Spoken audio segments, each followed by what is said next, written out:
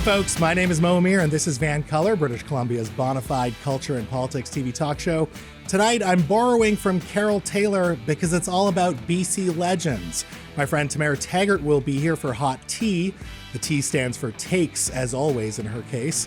But first, 9-year-old Mo is in utter shock by the mere presence of our featured guest tonight. You probably recognize him from the 10.5 seasons he played goaltender for the Vancouver Canucks, where he is still a team ambassador, a multiple-time NHL All-Star and Vezina Trophy finalist, and an honored member of the BC Sports Hall of Fame. He is Kirk McLean. Kirk, wow, pinch me, man. I'm in shock that you're here. Thanks for being here tonight. The first thing I got to ask you, every Christmas, do you send Robert Reichel a Christmas card? Yeah.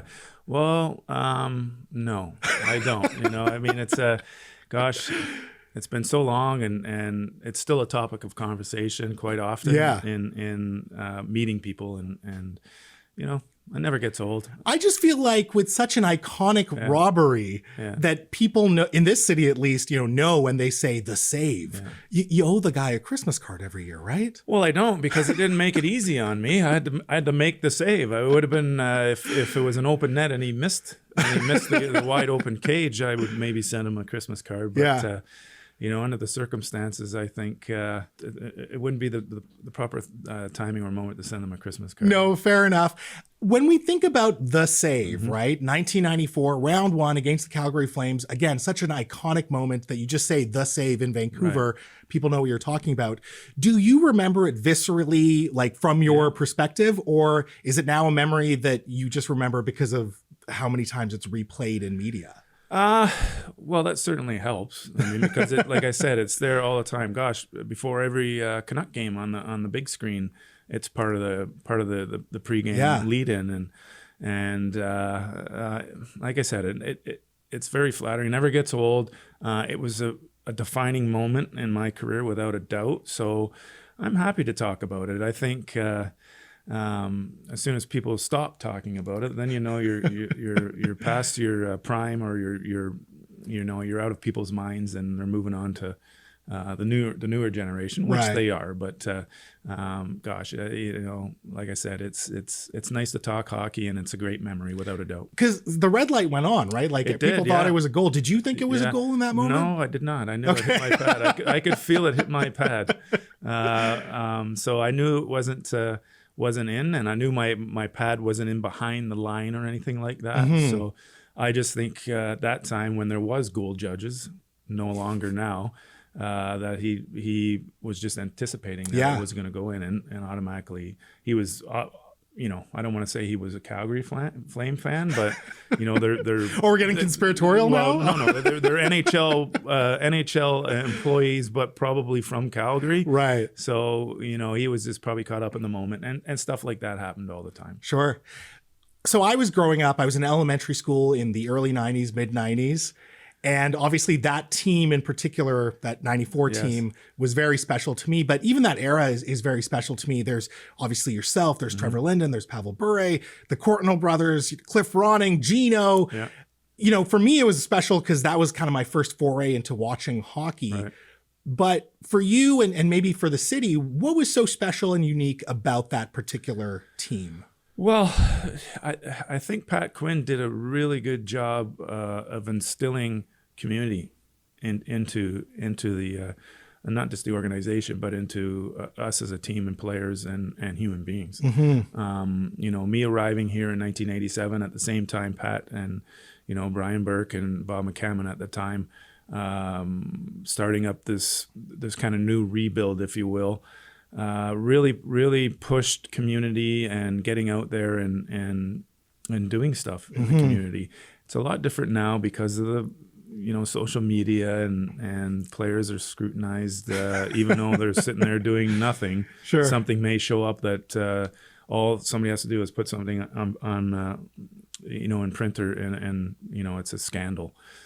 For us, we were able to do that. Somebody maybe might have had a Kodak or one of those throwaway cameras, but that's about it. And we just loved it. We enjoyed it. And like I said, we had a core of guys, probably 10 guys 10 guys or so that, we grew together for a good almost 7-8 years. Yeah. So and we were close. We leading up to 94, we had great teams as well. And, we battled for President's trophies on a few occasions, didn't quite get over the line for them. And then we had real good teams that for some reason couldn't get over that hump of the second round into the third round, underachieving from myself out. And it starts to weigh on you a little bit because you hear the rumors or the buzzing in the media or some fanfare, but mostly the media. And I don't want to say you start doubting yourself, but you start talking to yourself a little bit, going, can we do this? Am I good enough to do this? And like I said, because we would have good teams in the regular season, but just couldn't get over that hump. Your hockey persona all comes down to what you do in the playoffs at the end of the day. And I feel like it was a much more quaint time in a way. And I guess that's true for a lot of things, but you could buy tickets and family packs at Safeway. Yeah. You were playing in the Pacific Coliseum, which, no disrespect to that arena, but it's not a big city arena like we have now. Right. So there was something a little more it definitely wasn't as community-based about 100%. it. Yeah. It wasn't as corporate as the game is now, as all sports are. It was coming that way. It was going that way as salaries were starting to rise a little bit. Yeah. We didn't make anything near what the guys make now, but we were doing okay for the most part. It started to come into the millions, if you will, and when salary disclosure came in, and people were able to see what other players were making, and that opened up a whole can of worms. And then look where we are now. I mean, we're still not anywhere close to where baseball is, or football or basketball. We're still the low man on the totem pole, but it's pretty darn good living. But you're right, we were able to hang out with the community, and we were just one of the guys. It's the game back then, and still to a little bit, not as much, was a real blue collar sport. Definitely. We grew up in most guys in small towns, and Dave Babbage lived in my neighborhood, by the way. Kirk, I gotta cut you off there. I got many more questions. I'm going to talk about why Canada hasn't won a Stanley Cup recently, so we'll get to that in a second. Okay. Welcome back to This is VANCOLOUR. We're here catching up with legendary Canuck Kirk McLean, and this conversation is supported by Shelter Point Single Malt Whiskey, distinctly Vancouver Island, uniquely Shelter Point. Whiskey, Kirk. We're sponsored by whiskey this thing. I love it. They don't know it's in the cups, Kirk. Don't give it away. No, I appreciate you sticking around. I got to ask you, clearly, Canadian teams in the NHL have been in a drought. We're talking about 30 years and counting. No Canadian team has hoisted the Stanley Cup. What's going on here? Well, I just think there's less of us team-wise as far as the U.S. cities. That's a good point. So that's probably the big reason. Yeah. At the end of the day, and it's not that we haven't had successful teams. I mean, Vancouver through the early 2000s and into the mid 2000s. Obviously, 2011 was the year we thought was definitely going to happen. Toronto's had really good teams right up to this year, and Winnipeg seems to be hanging in there with really good teams and just can't get over that hump in the playoffs. Mm-hmm. Calgary's kind of been up and down. Montreal's been struggling. It's not that they don't have the players or the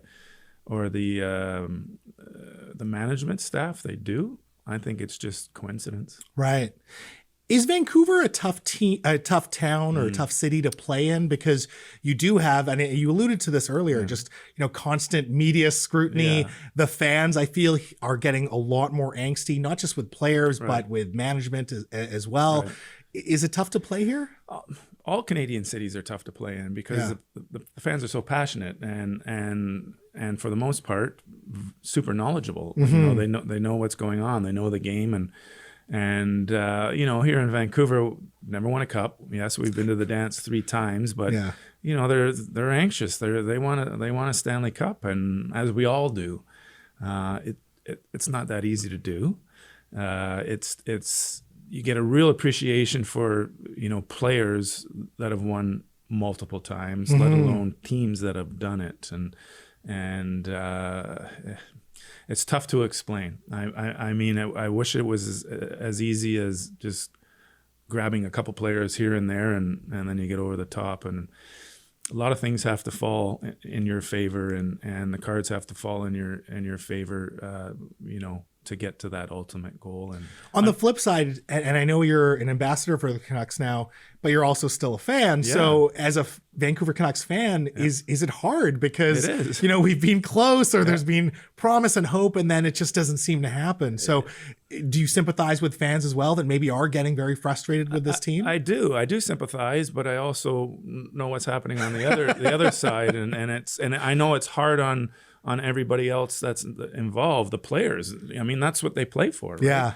Management, that's what you play for, to get to that ultimate goal. Ownership, that's what you're there for. You want to win a Stanley Cup. You're investing all this money into an organization, or into a team, and into a fan base. You want to bring a cup as well. You want to win. I mean, maybe it's a side thing for a lot of people, or ownership in their side businesses, or as opposed to their main businesses. But it's bragging rights for them too, right? Yeah, they true. win a Stanley Cup. It's bragging rights throughout for the whole year until the next playoff. What would you tell Canuck fans that are very upset, that don't like the way the team is being managed, that don't like the results? What would you say to them? Well, I mean, the old cliche, patience, and that's really all you can ask for, because there's not much you can do. Is it about rebuilds every time you make a coaching change or a management change? Because when a new management team comes in, they want to bring their own people in, so it's going to take a 5-year process to get to that next level. Or do you want a quick change?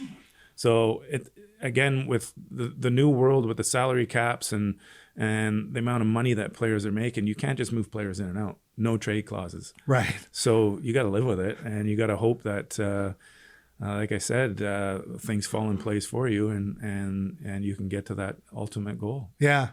Kirk, this was such an honor for me, such a pleasure. Thank you so much for your time. Thanks for being a great ambassador in the community. I didn't tell this story before, but I ran into you, and you were very nice. You didn't know who I was, and that's totally fine, but I knew who you were, and you gave me the time of day, and I just want people to know that you are a stand-up guy. So thanks for your time. I appreciate that. Listen, I love the city. I love the province. I grew up in Ontario, Toronto. We won't hold that against you. No, but I've been here since '87, so I've been here, the longest of my being. So I'm proud to be a Vancouverite and a BC boy. I call myself a BC boy now. And listen, the community has been amazing to me. The province has been amazing to me. And it's the least I can do is say hello to people once in a while. So awesome. Thank you so much, Kirk. You're welcome. Folks, you know that I use the term dream guest very judiciously, but for me, growing up in Vancouver in the 1990s, he is a bona fide dream guest. He is, of course, a Vancouver Canuck legend. He is Kirk McLean. Big thank you to Shelter Point Single Malt Whiskey for supporting local conversations and local content. Now up next, I build this episode as one for the legends, and of course, I'd be remiss if my friend wasn't a part of it. We seem to get in trouble every time we do this, and yet we keep doing it. Tea Time with Tamara Taggart is up next.